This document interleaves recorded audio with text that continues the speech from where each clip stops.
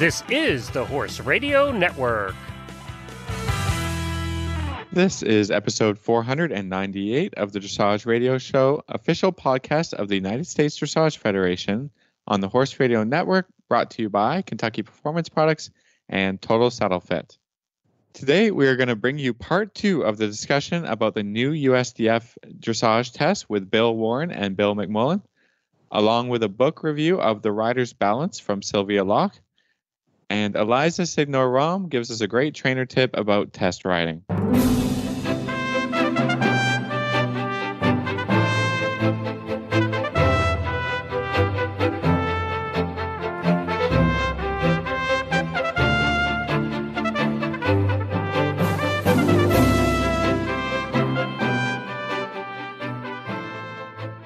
This is Reese Koffler-Stanfield from Wellington, Florida.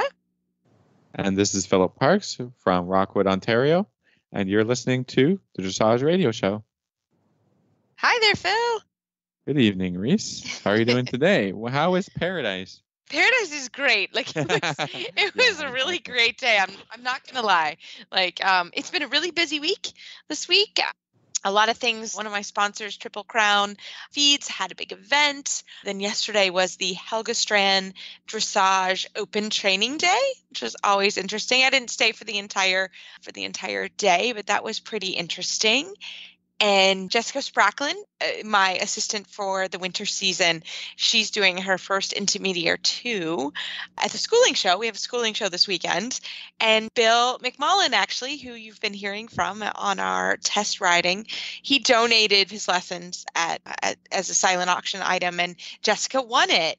So we went there yesterday, and she was able to, it's so fun because we literally walk out our gate, they're our neighbor, walk into his gate, and she warmed up and she rode her I2 in a different ring with a good judge. So that was really cool. So, and then I horse showed. Yeah, I horse showed today.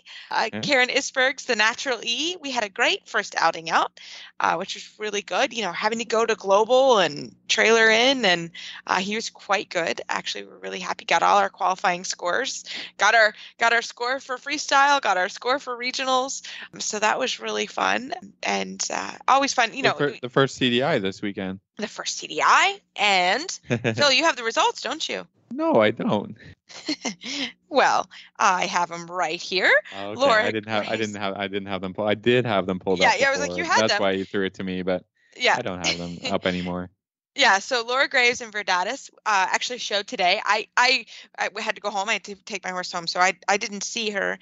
But she had an 80% today, an 80.065%, the highest score to start the competition season, which was fantastic. Shelley Francis on Danello was second with a 72.48, and Sweden's 7-time Olympian Tina Wilhelmsen, Silvino on Don Aurelio were third with a 71.58. So that was exciting. And then we have to some good scores. We'll take to open the season, right? Absolutely. We'll absolutely take that. And then we've got to give a shout out to Michael Klemka. Michael won I'm just looking for the scores here, the CDI 3-star Grand Prix for the special with a 68.45 with his horse Royal Dancer. And Canada's Jill Irving on Arthur had a 67.130. So that was quite cool. Great stuff. Congratulations to riders. It's already started, Phil. It's going. It's going. Yeah. Yeah. No stopping now. No, it's not. No stopping now. We've got now 12 weeks of excitement, but it's really fun. And it was actually it was a nice day there today. It was very good weather. It was a little chilly this morning, but this afternoon was perfect weather. I'm sorry for anyone where it's snowing. But it was really good weather, and all the horses were in a really good mood today, and our horses stay out all day in the pasture. They just really loved it. And so it's starting. It's very busy. So my own team, we have a horse show on Sunday as well, a schooling show. So all the horses are showing this week in one form or fashion. So it's fun. So.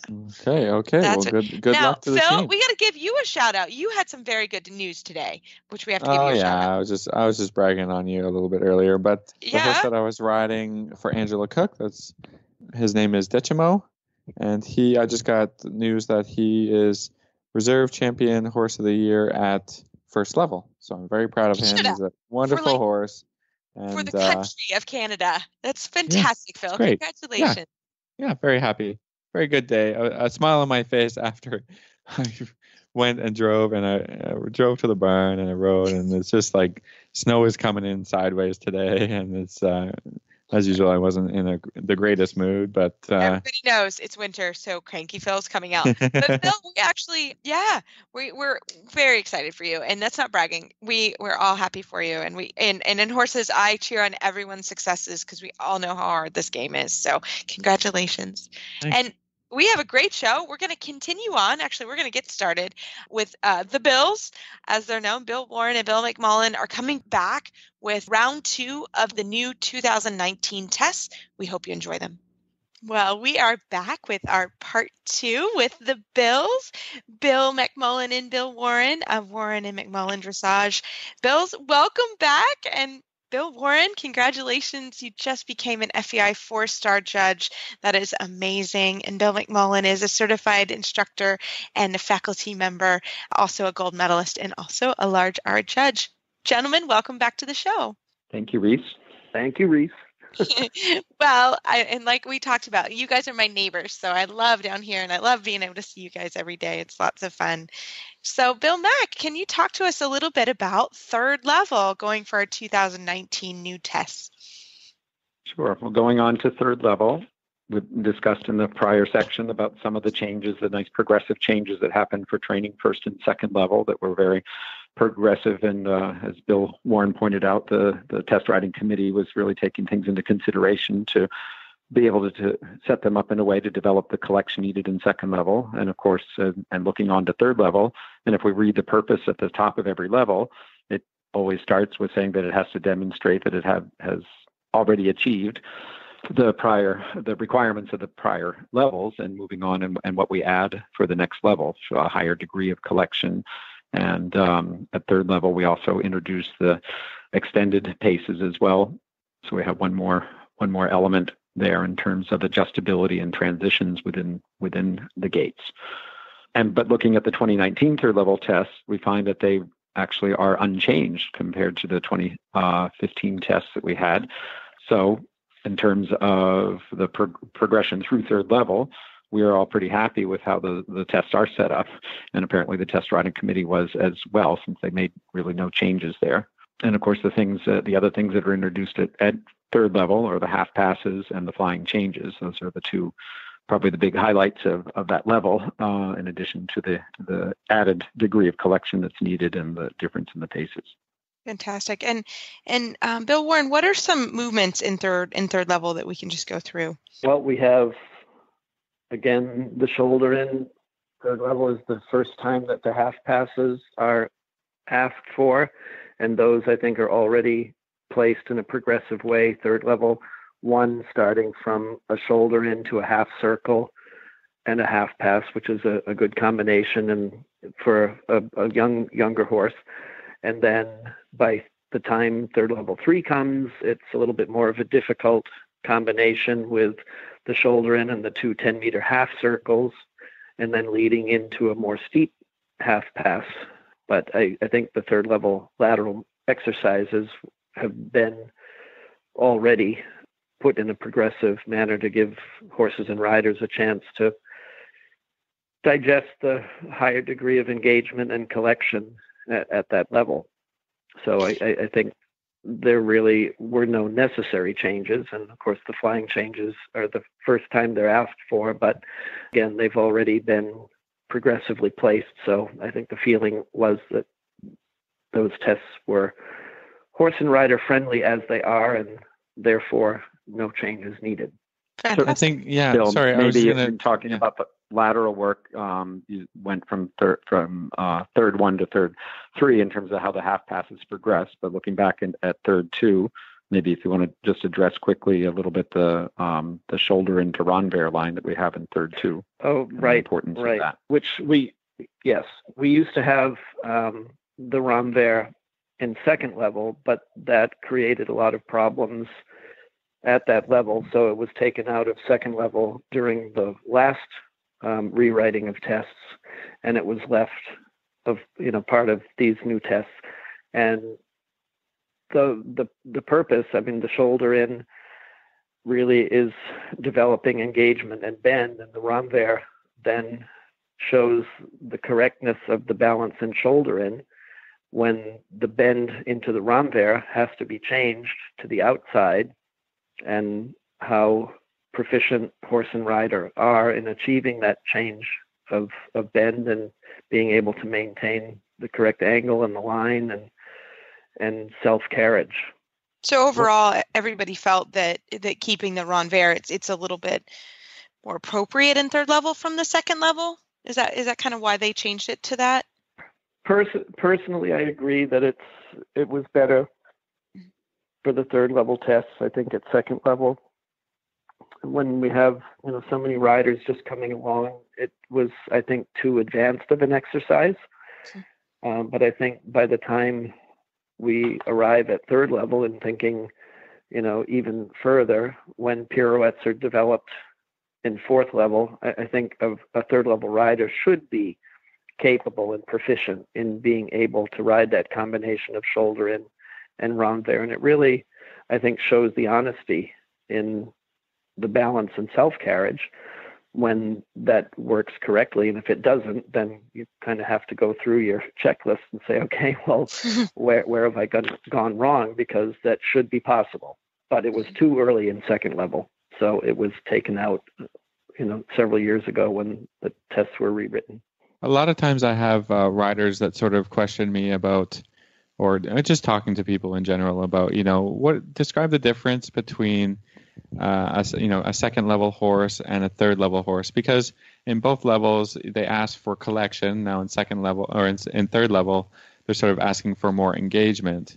And something that I like to talk about in third level is sort of the horses have to develop moments of suspension, right? Because you're doing extended gaits instead of medium, for your lengthened portion of the trot. And for a horse to do a correct flying change, they have to have suspension in the canter. So maybe Bill Mack, you could talk about other things, differences between just looking at a second level horse versus a third level horse. Yeah. Well, I think you already summarized it really quite well. In terms of that it has to have that, like I said, increased engagement. Reading here, like I said, the purpose at the top of the level is all.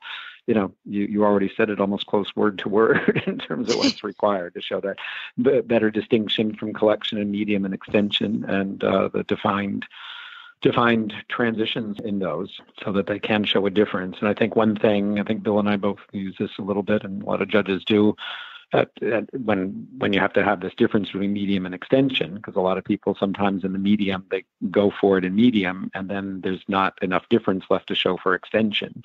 So I think that's important that you can show it. So often, a comment that we often use in judging is that the extension, even though the rhythm might be, correct and the balance and outline, it might only be, say, a 6 because it doesn't show enough difference from medium. To be able to reserve some to show that difference for the maximum extension and reach, looking especially for the reach and the extended trot, and the canter and the walk and so on as but well. I think that key word is suspension, because by extension, there should be enough engagement to then produce a bit of suspension. Maybe it's not going to be strong enough yet to carry a whole line, but it has to show the ability to carry itself with a little bit more of a suspended attitude, so that there is a clear difference, as Bill said, between medium and extension. Right. Yeah, a difference has to be shown between the two. And Bill Mack, you've said it a couple times. I just want to reiterate it, because the way that USDF prints the tests, they don't print actually the whole test. If you go to USDF, or there is a directive and there is a purpose, it's very clearly stated. And honestly, several years ago, until I did my Learn to Judge stuff, I never read that because it wasn't in the paper that I got. But I think it's really important when you're looking at for this time of year to really read the directive and the purpose, because it's Absolutely. there. It is lined out.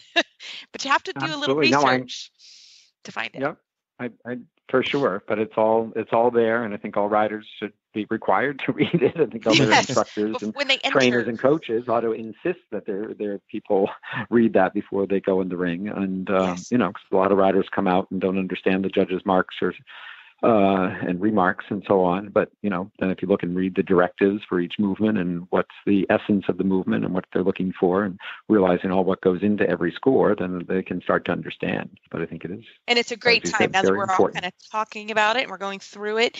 Go and get the full test with all the not just what's printed in the USDF book. There's a lot more information out there. So sorry, I just had to throw that in because it's a bit of a pet peeve of mine. No. So Excellent. yeah, yeah. You don't know though. You wouldn't know unless you actually the score sheet that you get at the horse show has that information on it. So it's a good way to study as we're re-looking at the test. Okay, Bill Mack, we're going to start with fourth level test 1. This is the last of the national levels that's been changed through USDF, USEF for 2019. So what did they change in fourth level test 1? Main change in fourth level test 1, which is another, again, a welcome progression that will make for better riding and better training of the horse, is that in the walk work, we have the walk pirouettes. Now, after the pirouettes are completed, you go to M and turn left in the collected walk, and then at C is the canter depart. Whereas the prior test, after the second pirouette, you immediately cantered at G, and then turn left at the letter and to go down the long side. So it made riders rush from the pirouette to get ready for the canter. There was only, if they didn't go enough steps from G to do the pirouette, then they're coming back and they have to canter sometimes before they've even been able to straighten totally from the pirouette. And it was too much rushing and a lot of tension happened, and it didn't give enough time to make sure the walk was clear and all that preparation. So now they have a lot more time after the pirouette to really get through the pirouettes, make sure the walk rhythm is good, and to get through the corner. You have a whole corner, and then coming up to C for the canter depart. So again, I think a very logical thing, especially at fourth. A horse-friendly change, yeah. That was not very horse-friendly, and like you said, too much anticipation, and almost cantering around the pirouette, and it was really messy. Right. Yeah. Absolutely. Good. Well, how about fourth level test 2? And fourth level test 2 remains unchanged. We still have the developing, and then in 4.2 we have the progression toward developing the canter pirouette, the working pirouette, in terms of the collection coming to the center line. And again, I think people need to realize that for that the essence of what the judges are really looking for, even more than the turn, is the ability to collect. And the engagement that's shown on that approach toward X to make the working pirouette. Of course, the turn itself is important, but it's in the preparation. And I think that's what we really want to see, is that a horse and rider have the ability to work together to take the weight on the haunches and to really come back in the canter and maintain the jump behind, and then to be able, then they can produce the turn, and then to come out of it again. And wouldn't you say, fourth level, I feel it's almost like each test is its own level in a way. Sometimes in the lower levels you can maybe, not write each progressive level, but in fourth level, there's a lot of information there's a big difference between fourth level test 1, fourth level test 2, and then going into fourth level test 3. Yeah, absolutely. No, I think that's well said too. And then for the flying changes in fourth level test 2, then we have 3 4-time changes. Yeah. So we're starting to get serious now. So Bill Warren, fourth level test 3 is dramatically different. It's probably the biggest change they made. Can you tell us a little bit about it? Yes, I think riders will be very happy with the changes that have been made. And as a judge, I welcome it because I think it will be a more rider and horse friendly test. So we won't, as judges, be watching so much struggling.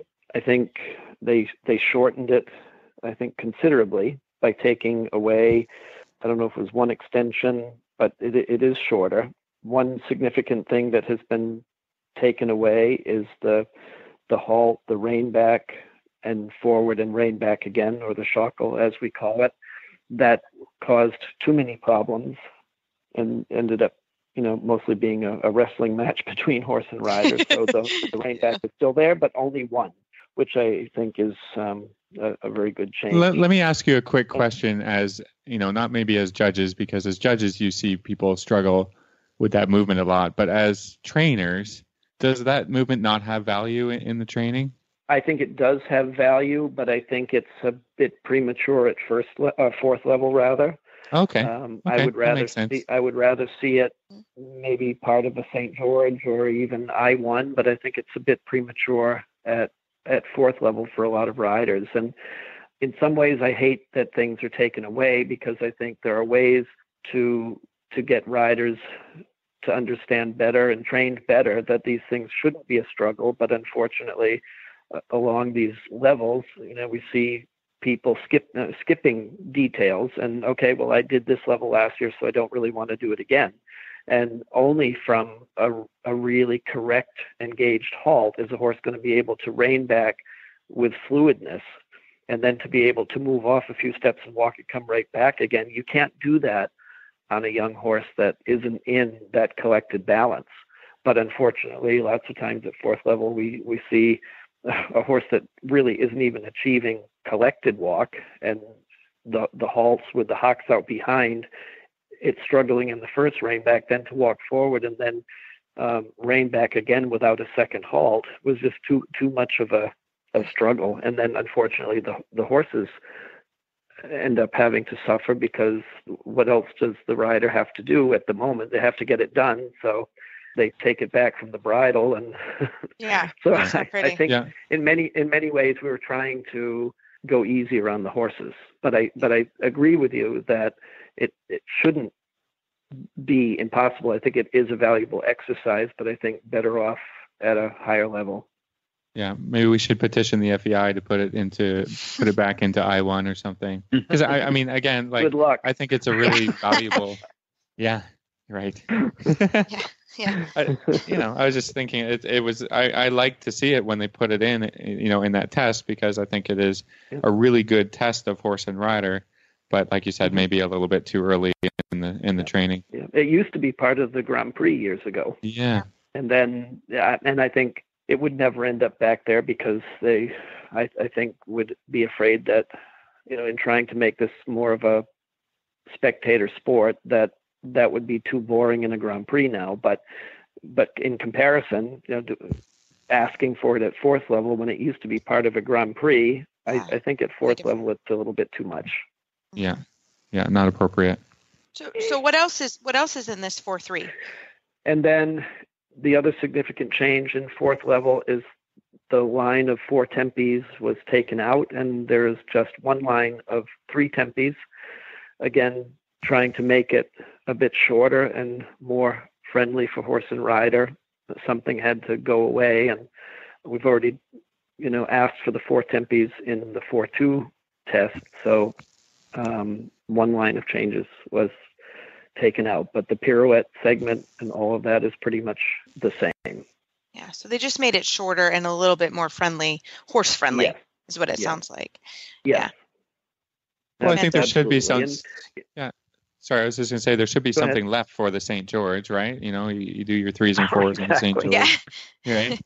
Yes, and I mean in 4-3 now, I don't think we'll see exhausted horses and riders, and in the riders thinking of pre-St. George, they can now, I think, be a little bit more progressive about it and saying, instead of saying, oh my God, fourth level test 3 is too difficult, I'm going to skip that and go to St. George. Mm-hmm.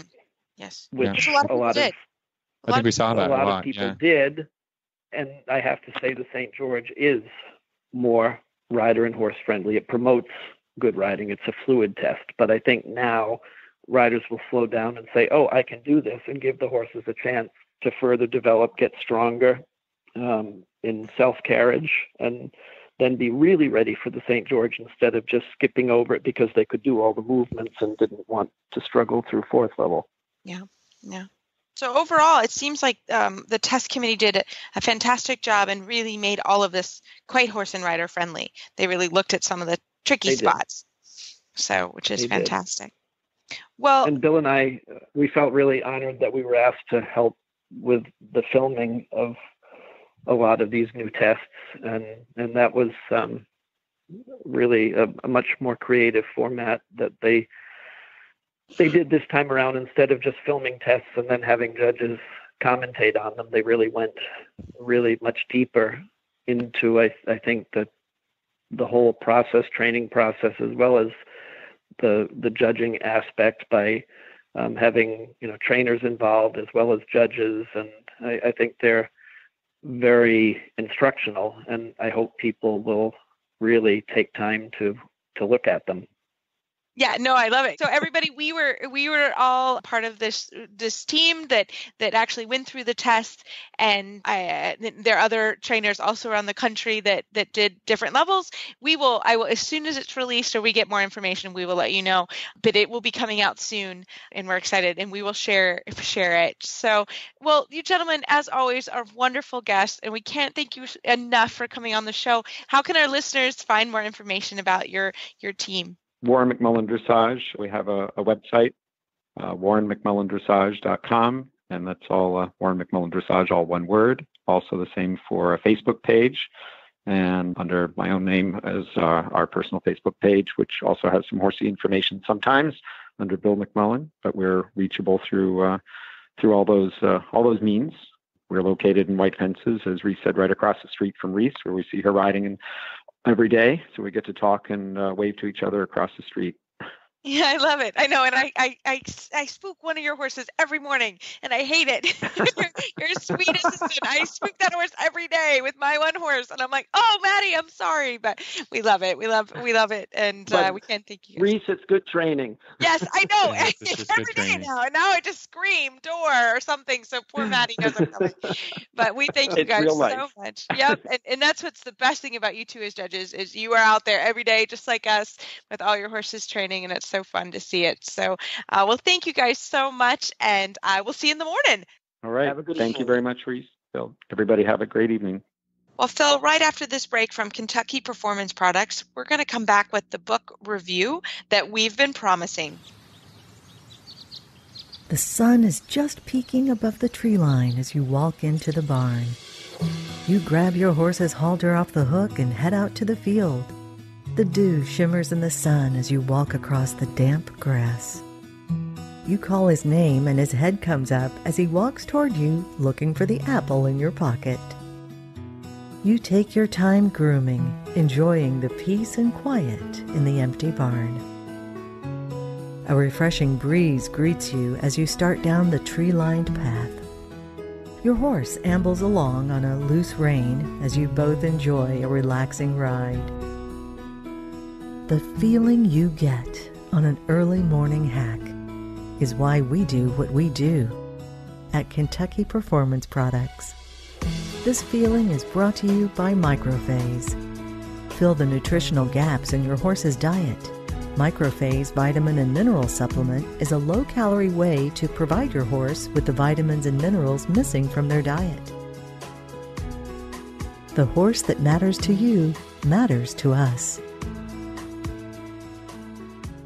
Well, Phil, we are finally circling back to our book, which I think we started in November. We haven't given up on the book review. We've just actually been quite busy with all the things. We've had so many topics and great people that we really, we get on and we just said, okay, we should do the book review this week. We should do the book review this week. And it just is like, it's pushed back as we have so much great stuff to bring you guys. But we're going to come back to the book reviews. We got some new books that we're thinking about having on. So we just got to organize their authors to bring them on the show. And so we haven't given up. We really like this idea. It's just other stuff kept us busy.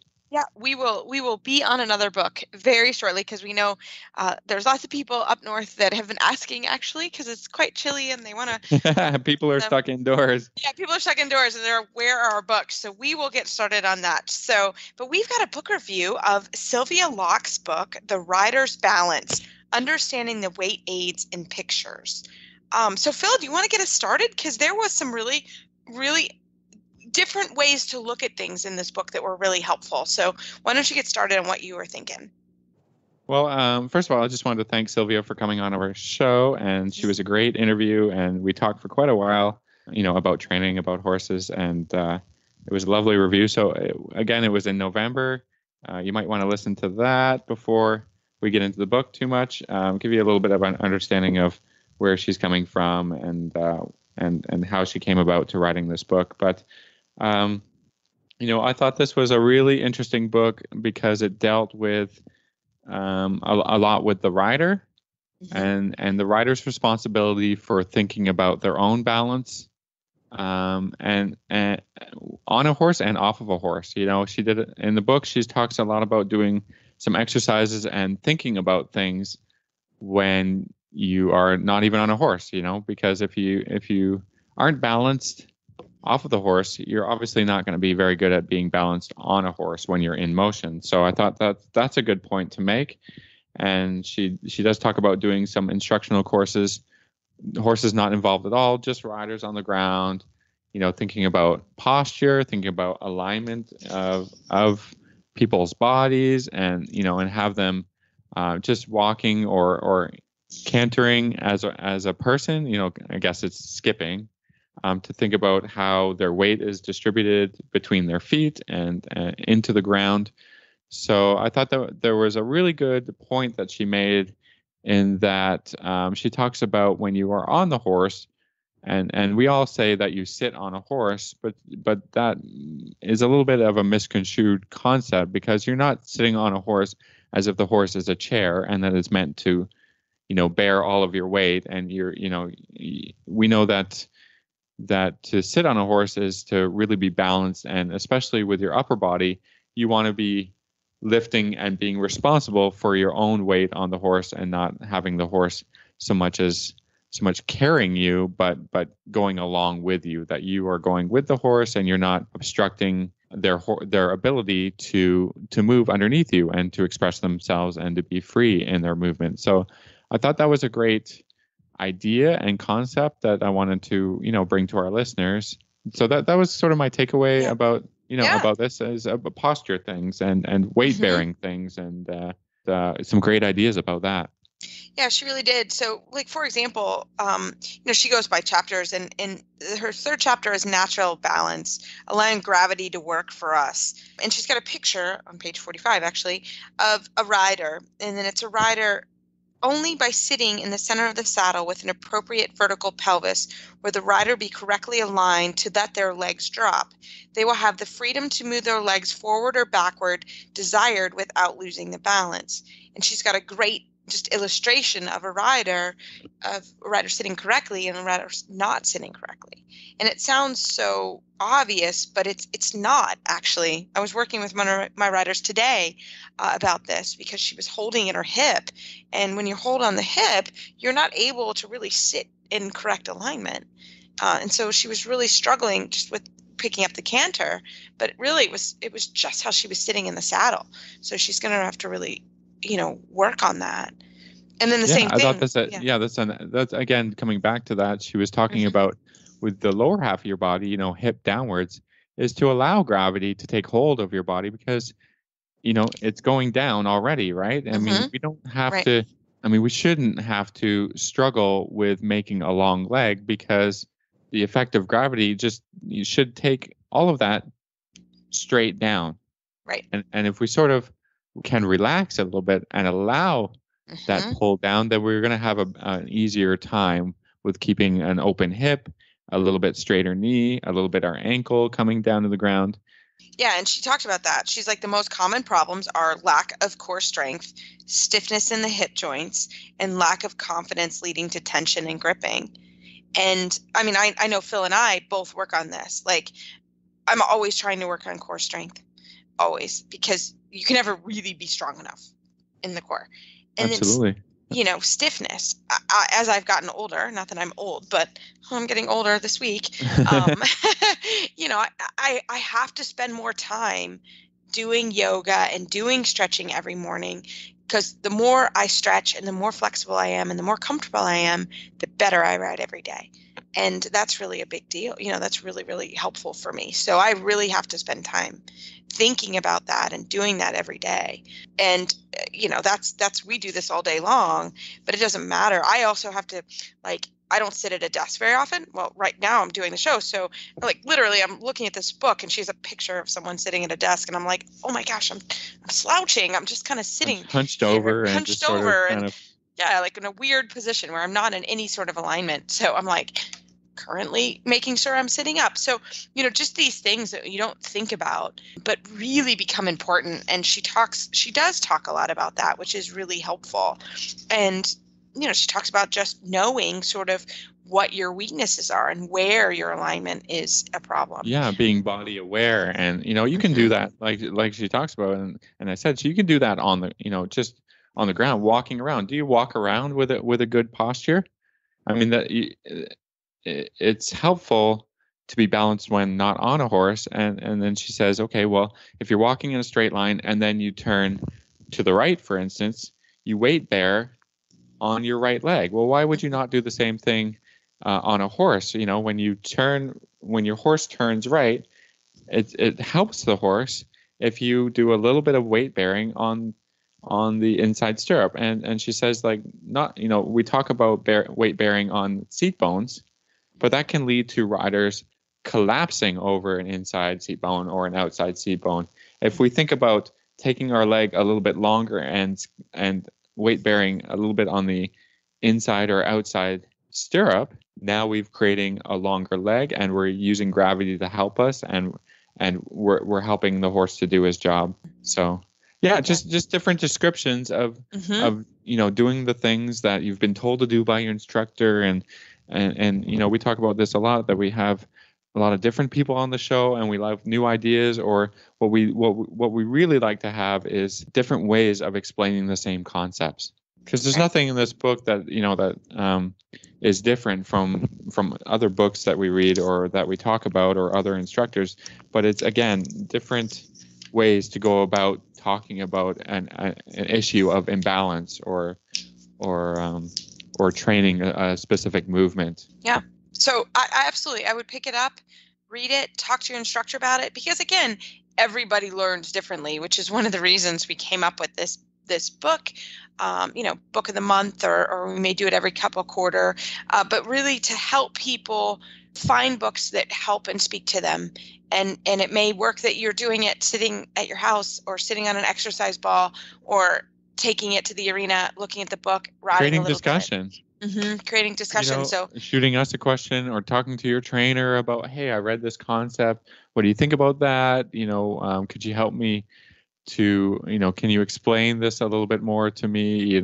That helps us with content for our show, just talking about dressage. And, we can always come back again and again and again to, these important concepts of balance and using weight aids. And I mean, that's what it's all about, right? Absolutely. So we hope you enjoy it. Go pick it up if you haven't read it. Sylvia Locke, The Rider's Balance. We hope you guys enjoyed it, and stay tuned for our next book that's going to be coming shortly.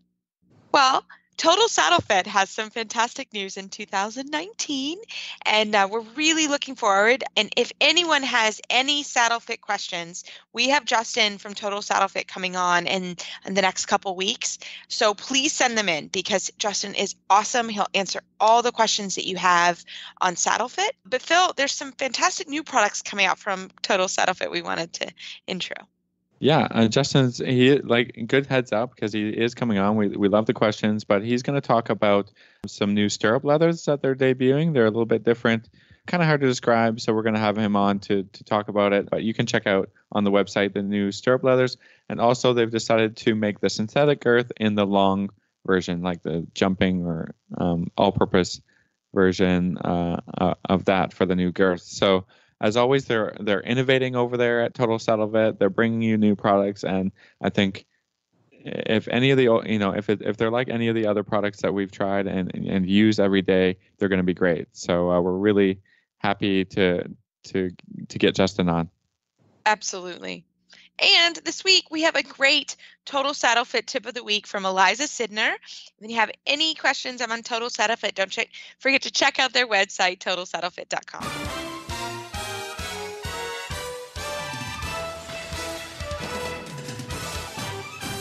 This week's dressage training tip is brought to you by Total Saddle Fit, home of the shoulder relief girth, at totalsaddlefit.com.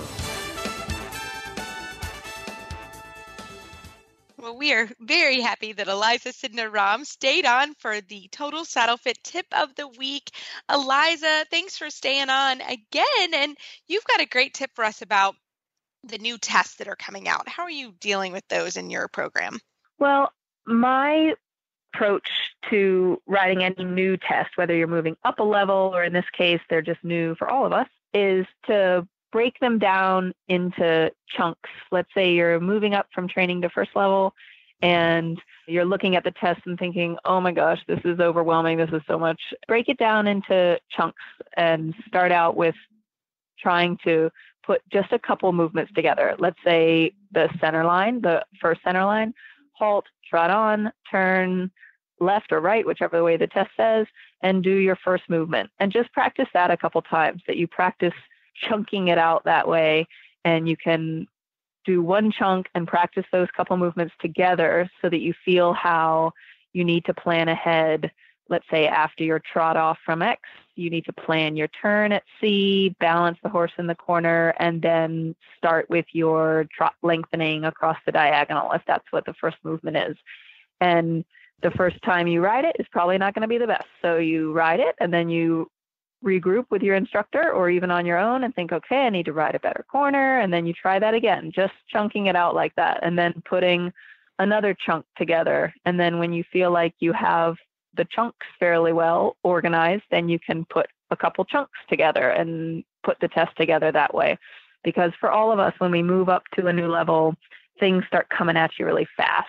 And so don't try to ride the entire test, because it's probably not going to go great the first time. But if you just work a little piece at a time and get that piece organized, then you can move on to the next piece and then start stringing them together. Yeah, I really like this tip because this is the way I approach my tests normally. Maybe one day I'll introduce the horse to, like you said, the first chunk, and I really try and make sure that I can ride that chunk really well. I don't really feel like I want to be moving on and introducing all the movements in one day. So, like you said, I would just ride the first part one day, come back the next day, do my warm-up, make sure I can ride that first part really well again, and then maybe I would move on to the next part of the test and introduce the horse to, my second chunk the next day, so that you're not feeling overwhelmed with an entire test. Only maybe 2 weeks before the show will I be riding entire tests and putting them all together. I really like the idea of perfecting the sections of the test, rather than, okay, well, that didn't go well, I'm just going to do the next thing and I'll come back to that. That always leaves me feeling a little scatterbrained about it and overwhelmed by all of the things, especially the higher you go, the longer the tests get and the more perfect the things have to be at letters and stuff like that. So that's what, again, just breaking it down works for me really well. Yeah. No, I think it's absolutely right. And I think you have to you think of it that way and have a plan to get ready, because we're actually showing next week, which is crazy. And so we've been kind of looking at it the last month and thinking kind of backwards from the horse show, if that makes sense. And actually today we put the test together for the first time to kind of get ready. So I think that's the best way to approach it, not like, oh my gosh, a horse show, next week and you haven't looked at the new test. So I think that really helps with anxiety and kind of getting everybody ready for the show. So I love it. Well, Eliza, thank you so much for our great tip of the week. How can our listeners find you online? You can find me on my website, which is www.elizasidnordressage.com, or on Facebook at Eliza Sidnor Dressage. And those are, I think I have an Instagram, but I'm a little not so smart with that. Me too. I don't get that. It's too much. Both of you are in the same boat. Yeah, it's too much. Well, thank you so much for staying on and coming on the show. Well, as always, we love email and Facebook shout outs. We've got a couple in the queue that I'm really looking forward to taking care of. We will get to them, we promise. It's just been kind of a busy couple weeks. So we're looking forward to that. So as always, you can find our show notes and links to today's guests on our website, dressageradio.com. Like us on Facebook, just search Dressage Radio Show. Follow us on Twitter at Horse Radio. My website is maplecrestfarmky.com, and my email is reese@horseradionetwork.com. I think the best way to find me on the internet is through Facebook, or my email is philip@horseradionetwork.com. I'd like to thank our sponsors for allowing us to put on a show. And don't forget to check out all the other shows on the Horse Radio Network at horseradionetwork.com. Everybody, keep your heels down and your shoulders back, and we will talk to you next week.